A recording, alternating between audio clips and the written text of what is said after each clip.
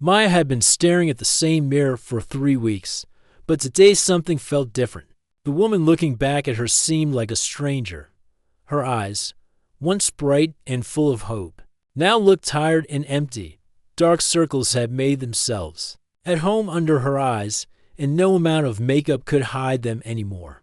The small bathroom at the back of Tony's diner had become her hiding spot. Every morning at 5 a.m., she would come here first, splash cold water on her face, and try to prepare herself for another long day. The mirror didn't lie. She looked exactly how she felt, completely worn out. Maya was 27 years old, but lately she felt like she was carrying the weight of someone much older. Life had thrown her some tough punches in the past few months. Her husband had left without warning, taking their savings and leaving behind only bills and broken promises. Now she was alone with her 4-year-old daughter, Lily, trying to figure out how to keep their small apartment and put food on the table. Working at the diner wasn't her dream job, but it paid the bills. Well, some of them anyway.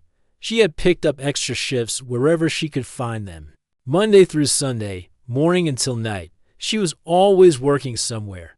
The grocery store needed someone for their night shift, so she took that too. Sleep had become a luxury she couldn't afford. Her reflection showed the truth she tried to hide from everyone else. Her uniform, once crisp and clean, now hung loose on her smaller frame. Stress had a way of stealing appetite, and Maya had lost weight she couldn't afford to lose. Her hair, pulled back in what used to be a neat ponytail, looked tired too. Even her posture told the story of someone who was barely holding on. The worst part wasn't the exhaustion or the money problems. It was the way people looked at her. She could see it in their eyes, judgment, impatience, sometimes even disgust. Customers at the diner would complain if she moved too slowly or if her smile wasn't bright enough. They didn't know that she had worked until midnight the night before, or that she had been up at 3 a.m. with a sick child. Maya remembered a time when she used to care about how she looked. She had taken pride in her appearance, enjoyed picking out clothes, and loved trying new hairstyles. Now, getting dressed meant grabbing whatever was clean and hoping it would last through both jobs. Looky and good felt like something that belonged to a different person, someone she used to be. The diner's breakfast rush was about to begin, and Maya knew exactly what that meant. Demanding customers, complicated orders, spilled coffee, and complaints about everything from the temperature of the eggs to the speed of the service. She had learned to expect the worst from people, especially during busy times. Some customers were kind, of course. There were regulars who knew her name and asked about her daughter. But lately, it seemed like the difficult ones outnumbered the nice ones. Maybe it was because she looked tired, or maybe people were just having bad days too. Whatever the reason, Maya had started to brace herself for criticism every time she approached a new table. She had developed a system to protect herself. Keep eye contact brief, speak quietly, take the order quickly, and move on. Don't give anyone a chance to comment on how she looked or how she was doing. The less interaction, the less chance for someone to make her day worse than it already was.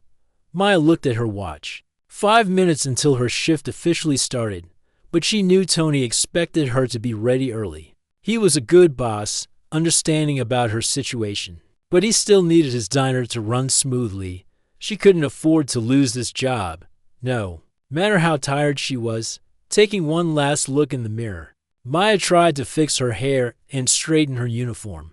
She pinched her cheeks to bring some color back to her face, an old trick her mother had taught her years ago. It didn't help much, but it was better than nothing. The sound of the morning prep crew getting louder told her it was time to go. Coffee needed to be brewed, tables needed to be set up, and the first customers would start arriving soon. Maya took a deep breath, put on her name tag, and walked out of the bathroom. The main dining area was already buzzing with activity. The cook was firing up the grill. The other waitress was filling salt shakers, and Tony was counting the register. Everything looked normal, just another day at the diner. But for Maya, each day felt like climbing a mountain with no peak in sight. She grabbed her order pad and pen, checked to make sure she had enough change in her apron, and tried to remember which tables were hers today. The morning regulars would start coming in soon, the construction workers, who wanted their coffee strong and their eggs over easy, the business people who were always in a hurry, and the elderly couples who took their time with everything. Maya had learned to read people quickly. She could usually tell, within the first few seconds, whether a customer would be easy to please or difficult to handle. It was a survival skill she had developed, a way to prepare herself for whatever was coming. As she stood behind the counter, waiting for the first customer to walk through the door, Maya wondered how much longer she could keep this up. Every day felt harder than the last, and she was running on empty. But giving up wasn't an option. She had Lily to think about, bills to pay, and a life to rebuild. The bell above the door chimed, signaling the arrival of the first customer of the day. Maya straightened her shoulders, forced a smile onto her face, and prepared herself for whatever the day would bring. The morning rush hit the diner like a wave crashing against the shore. Maya had barely finished setting up her tables when the first group of construction workers walked in, their boots heavy on the old linoleum floor. They were her regulars, and she knew exactly what they wanted: black coffee, lots of it, and breakfast that would keep them going until lunch. But today felt different. Her hands were shaking slightly as she poured the coffee, and she had to concentrate harder than usual to remember simple orders. The lack of sleep was catching up with her, and her body was starting to rebel against the constant pressure she had been putting on it. "Maya, you okay, honey?" asked Bill, one of the construction workers who had been coming to the diner for years. He had noticed her hands trembling as she set down his coffee cup. "I'm fine. Just need to wake up a bit more," Maya replied with a forced smile. She appreciated his concern, but the last thing she wanted was to draw attention to how she was feeling. She couldn't afford for Tony to think she wasn't capable of handling her job. The morning continued to get busier. Orders were flying in faster than Maya could keep up with them. She mixed up table numbers twice, forgot to bring extra napkins to table 4, and dropped a fork while rushing between the kitchen and the dining room. Each small mistake felt like a huge failure, and she could feel the stress building up in her chest. Then she saw him walk through the door. He was tall, wearing a perfectly pressed dark suit that probably cost more than Maya made in a month. His shoes were polished to a shine, and he carried himself with the confidence of someone who was used to getting what he wanted. Everything about him screamed success and money, two things that Maya felt very far away from in her current situation. Maya's heart sank as she watched him look around the diner. She could already imagine how this was going to go. He would be impatient, demanding, and probably not very understanding if she made any mistakes. In her experience, people who looked like they had everything together were often the hardest to please. He chose a table in her section, of course. Table 7, right by the window where the morning sun would show every smudge on the glass and every imperfection in the service.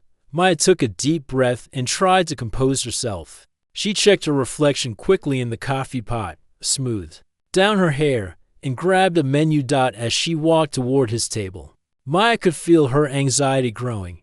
She had learned to read people quickly, and everything about this man suggested he would be a difficult customer. His expensive watch caught the light as he checked the time, probably already impatient before she had even reached his table.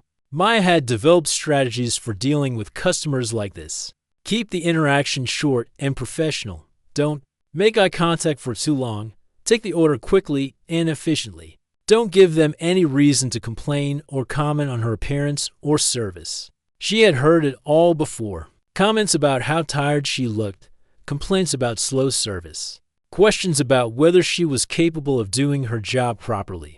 The worst part was that sometimes these comments came from people who looked like they had never worked a day in food service in their lives. Just get through this, Maya told herself as she approached table 7. Take his order, bring his food, and move on to the next customer. The man was looking at his phone when she reached the table, typing something quickly with his thumbs. Maya stood there for a moment, waiting for him to acknowledge her presence. She could see his reflection in the window, clean-shaven, well-rested. Probably someone who got 8 hours of sleep every night and didn't have to worry about paying rent. Maya cleared her throat softly to get his attention. She had learned that being too direct with customers like this could backfire.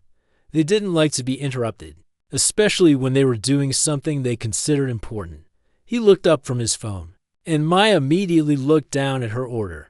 Pad. She didn't want to see whatever expression was on his face, surprise, disappointment, or worse. The kind of judgment she had gotten used to receiving from people who took one look at her and made assumptions about her life. "Good morning," Maya said quietly, her voice barely above a whisper. She had found that speaking softly sometimes helped difficult customers feel more in control of the situation. "What can I get started for you today?" She waited for his response, pen ready to write down what would probably be a complicated order with specific requirements. Rich people always seemed to have very particular ways they wanted their food prepared. Extra hot coffee, eggs cooked exactly right, toast that wasn't too dark but wasn't too light either. Maya kept her eyes focused on her notepad, ready to write down whatever he wanted. She had already mentally prepared herself for potential complaints. The coffee might not be hot enough, the service might be too slow, or he might not like the way the eggs were cooked. She had backup plans for all of these scenarios. The seconds felt like minutes as she waited for him to speak. Maya could hear the noise of the busy diner around her, other customers talking, orders being called out from the kitchen, the coffee machine hissing in the background. But at table 7, everything felt quiet and tense. She finally looked up slightly, just enough to see his hands on the table. They were clean and well cared for. The hands of someone who probably worked in an office rather than with tools or machinery. His wedding ring was simple but looked expensive, and his watch was definitely something Maya could never afford. Maya braced herself for whatever was coming next. In her experience, the longer a customer took to place their order, the more demanding they were likely to be. She had learned to prepare for the worst and hope for something better, though lately, the worst seemed to be happening more often than not. The sounds of the busy diner continued around them, but Maya felt like she was in a bubble of tension, waiting for this interaction to begin properly. She just wanted to get through it quickly and move on to customers who might be easier to handle. The morning was already challenging enough without adding a difficult customer to the mix. Maya stood there with her pen hovering over the notepad, waiting for the usual rush of demands that came with customers like this. Her experience had taught her to expect the worst: complicated orders, impatient sighs, maybe even comments about how long it was taking for someone to come take his order. But something strange happened instead. The man looked up from his phone, and instead of the annoyed expression Maya was expecting, his face showed something completely different. His eyes weren't filled with impatience or judgment. Instead, they seemed to soften as he really looked at her, not just glancing over her. Like most customers did, Maya felt uncomfortable under his gaze. She was used to people looking through her, treating her like part of the furniture. When customers did notice her, it was usually to complain about something, but this felt different. He was actually seeing her, and that made her want to disappear. She shifted her weight from one foot to the other, waiting for him to say something. Maybe he was trying to decide what to order, or maybe he was about to ask for a different server. Maya had had that happen before. Customers who took one look at her tired appearance and requested someone else. "You know what?" he said finally, and Maya tensed up, preparing herself for whatever criticism was coming. But the words that came out of his mouth were not at all what she expected. "You look like you need rest more than I need coffee right now." Maya's pen stopped, moving completely. She blinked a few times, trying to process what she had just heard. In all her months of working at the diner, through all the difficult customers and demanding orders, no one had ever said anything like that to her.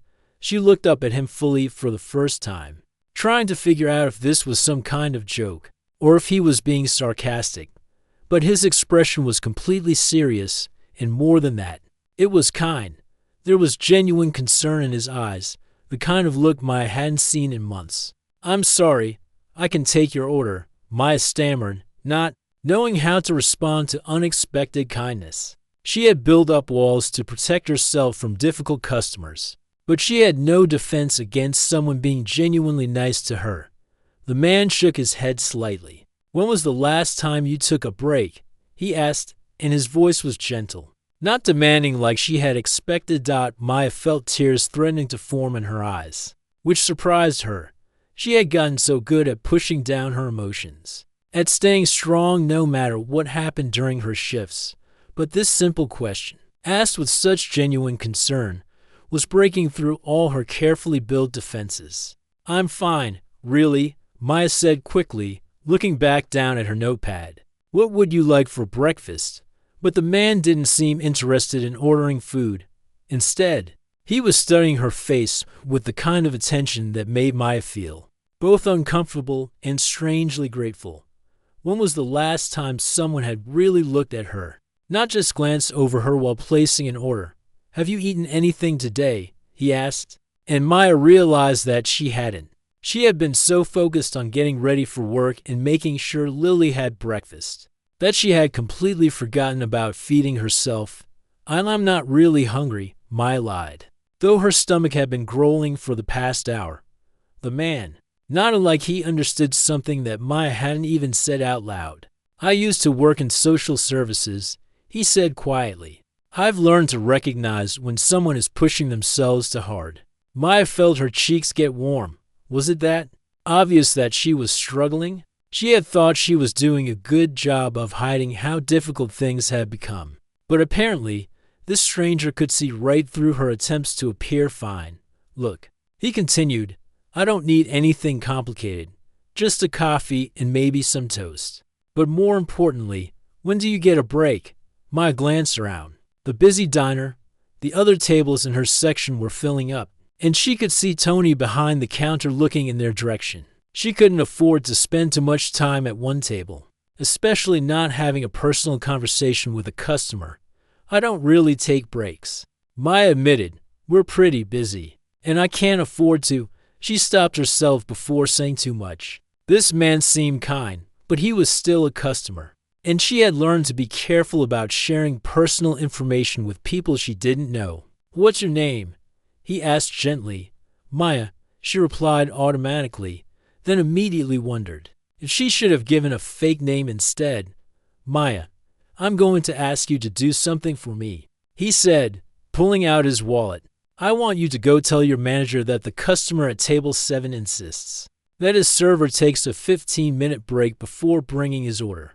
Maya stared at him in confusion. "I can't do that," she said. "That's not how it works here. Actually, it is how it works," he replied with a small smile. "I've been in enough restaurants to know that customer requests carry weight, especially when they're willing to wait for what they want." He pulled a $20 bill out of his wallet and placed it on the table. "This is just for you taking that break," he said. "It has nothing to do with food or service." Maya looked at the money on the table, then back at this stranger who was showing her more kindness than she had experienced in months. She didn't understand why he was doing this or what he wanted in return. In her experience, when things seemed too good to be true, they usually were. "I don't understand," Maya said quietly. "Why are you being nice to me?" The man's expression became even more gentle. "Because everyone deserves kindness," he said simply. "And because I can see that you're carrying a lot right now." Maya felt the tears threatening again. She had become so used to people being impatient or demanding that simple human kindness felt overwhelming. She didn't know how to accept it, or what it meant, or what this stranger expected from her in return. "I really should take your order," Maya said weakly, but even as she said it, she knew she didn't want this conversation to end. When was the last time someone had spoken to her like she was a real person instead of just someone there to serve them? "The order can wait," he replied. "Go talk to your manager. Tell him what I said. Take 15 minutes to sit down and breathe." Maya looked around the diner again, trying to figure out if this was really happening or if exhaustion was making her imagine things. Maya stood frozen for a moment, staring at the $20 bill on the table. She had never encountered anything like this before. Customers didn't usually care whether she took breaks or not. Most of them barely noticed she existed beyond bringing them food and refilling their coffee. I don't know if my manager will allow it, Maya said quietly, but something in her voice suggested she was starting to hope that maybe, just maybe, this could actually happen. The man, who had introduced himself as Robert, smiled encouragingly. Just tell him exactly what I said. Sometimes people in management positions respond better when they think it's coming from a customer request rather than an employee need. Maya looked toward the counter, where Tony was busy with the morning rush. He was a good boss, better than many others she had worked for, but the diner was a business. Taking unnecessary breaks during the busiest time of day wasn't something that happened very often. But Robert seemed so confident, so sure that this would work, and Maya was so tired, so desperately in need of just a few minutes to collect herself, that she decided to try it. Okay, she said softly, I'll ask him.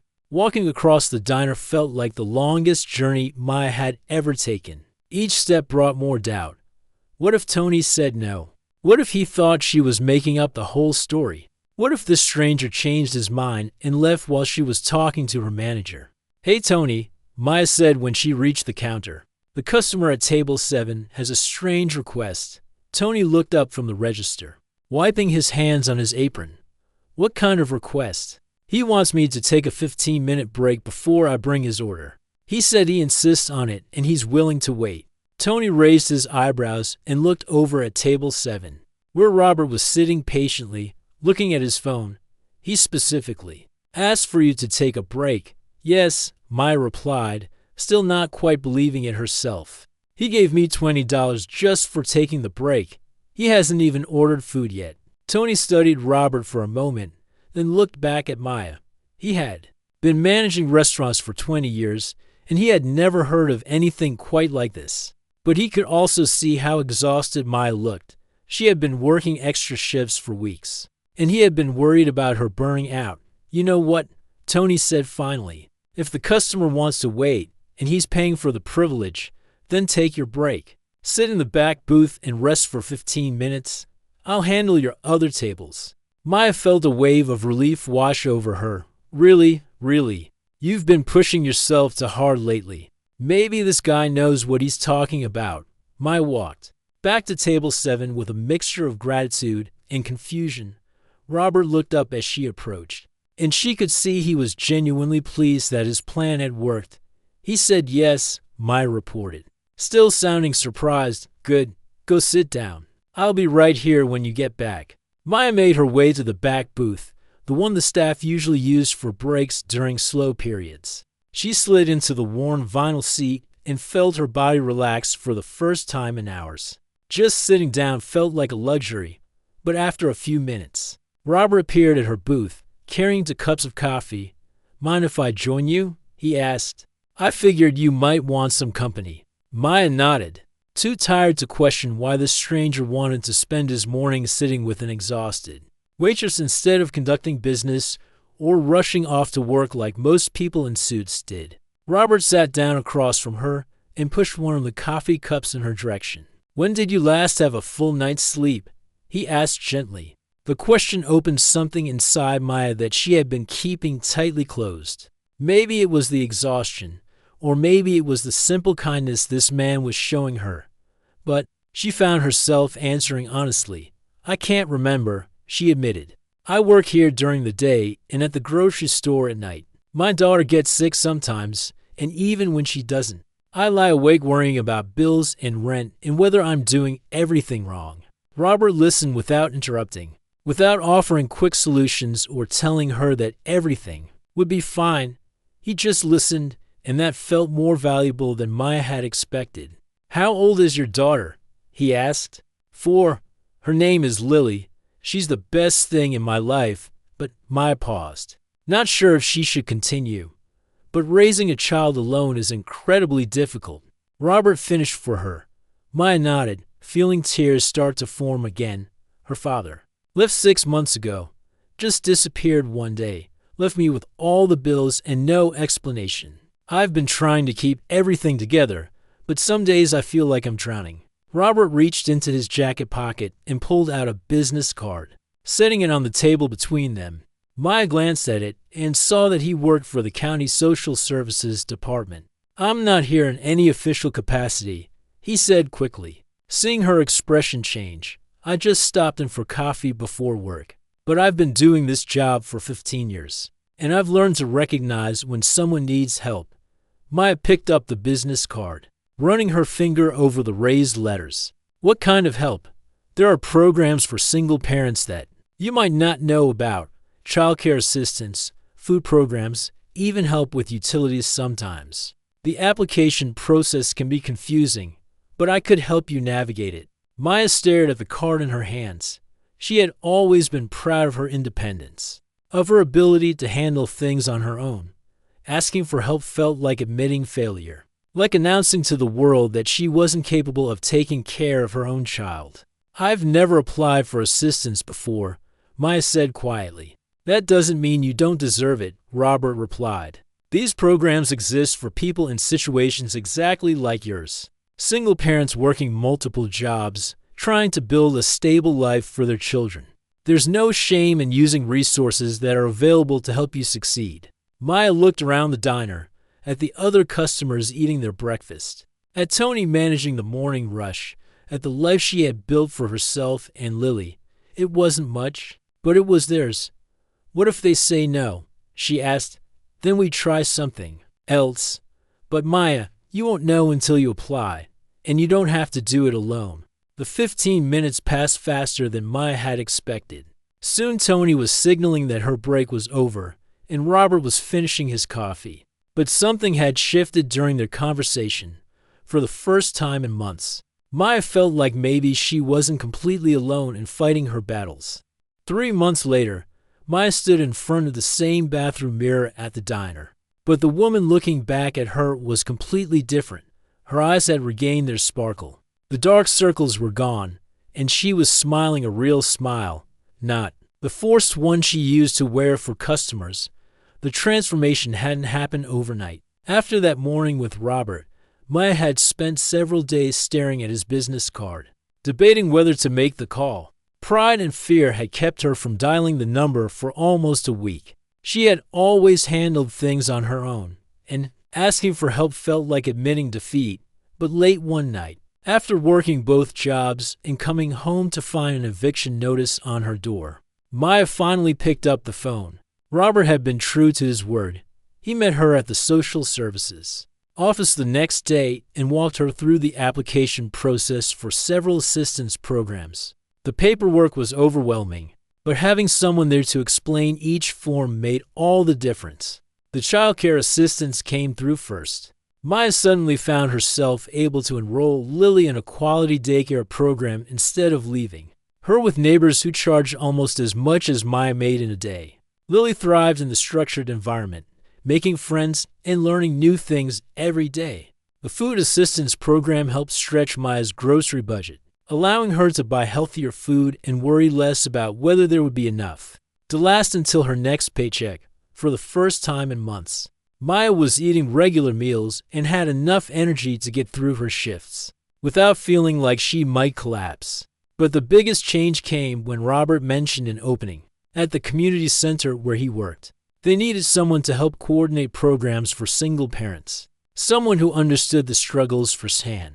The pay was better than both her jobs combined, and the hours were reasonable, allowing her to spend evenings with Lily instead of working. Maya was terrified during the interview. She had never worked in an office setting, and she worried that her lack of formal education would disqualify her. But the director was more interested in her life experience and her genuine desire to help others than in her resume. "We need someone who understands what our clients are going through," the director had explained. "Someone who can relate to their struggles and help them see that there's hope for a better future." Maya got the job. The work was challenging but rewarding. She helped other single parents navigate the same systems that had once seemed impossible to her. She sat with mothers who looked just like she had 3 months earlier, exhausted, overwhelmed, and convinced that they were failing their children. "I know exactly how you feel," Maya would tell them, sharing her own story of working multiple jobs and feeling like she was drowning. "But there's help available, and asking for it doesn't make you weak. It makes you smart. One of her first clients was a young woman named Anna who worked at a fast food restaurant and cleaned offices at night. Anna had two small children and was living in her car because she couldn't afford rent and childcare at the same time. Maya saw herself in Anna's tired eyes and determined spirit. She helped Anna apply for emergency housing assistance and connected her with the same childcare program that had helped Lily. Within 2 months, Anna had a stable apartment and was able to reduce her work hours to spend more time with her children. You saved my life, Anna told Maya during one of their follow-up meetings. No, Maya replied. You saved your own life. I just helped you find the tools you needed. Maya's relationship with Robert had evolved too. What started as a professional connection had grown into a genuine friendship. He often stopped by the community center to check on programs and would always make time to catch up with Maya about how things were going, you know? Robert said during one of these visits, I've been thinking about that morning at the diner. What about it? Maya asked. I almost didn't say anything. I had planned to just order coffee and read emails before work. But something about the way you looked reminded me why I got into social work in the first place. Maya smiled. I'm glad you said something. That conversation changed everything for me. It changed something for me too, Robert admitted. Seeing how much of a difference one conversation could make reminded me that small acts of kindness can have big impacts. Robert had started a program at the community center called Coffee and Care, where volunteers would meet with struggling parents over coffee to provide support and connect them with resources. The program had helped dozens of families in just a few months. Maya often volunteered for the program, sharing her story with parents who were where she had been. She would tell them about that morning at the diner when a stranger's kindness had changed her life's direction. Sometimes help comes from the most unexpected places. She would explain, and sometimes the smallest gestures make the biggest difference. Lily was thriving too. The stability of their new life had allowed her personality to bloom. She was curious, funny, and full of energy. She loved her daycare and often came home with stories about her friends and the things she had learned. Mommy, are you happy now? Lily asked one evening as Maya was tucking her into bed. Yes. Sweetheart, I'm very happy. Are you happy? Yes. I like our new home, and I like that you're not tired all the time anymore. Maya kissed her daughter's forehead, grateful for the journey that had brought them to this place. It hadn't been easy, and there were still challenges, but they had stability, hope, and a future that looked bright. Sometimes Maya would drive past the old diner on her way to work. Tony still waved when he saw her, proud of how far she had come. The diner represented a difficult time in her life, but also the place where everything began to change. Maya had learned that accepting help wasn't weakness, it was wisdom. That community and connection could heal wounds she didn't even know she had. And that sometimes, when life feels impossible, a stranger's kindness can light the way to something better. Now, when she met with struggling parents at the community center, Maya would always end their sessions the same way Robert had ended that conversation at the diner. You're not alone in this, she would tell them, and tomorrow can be different than today.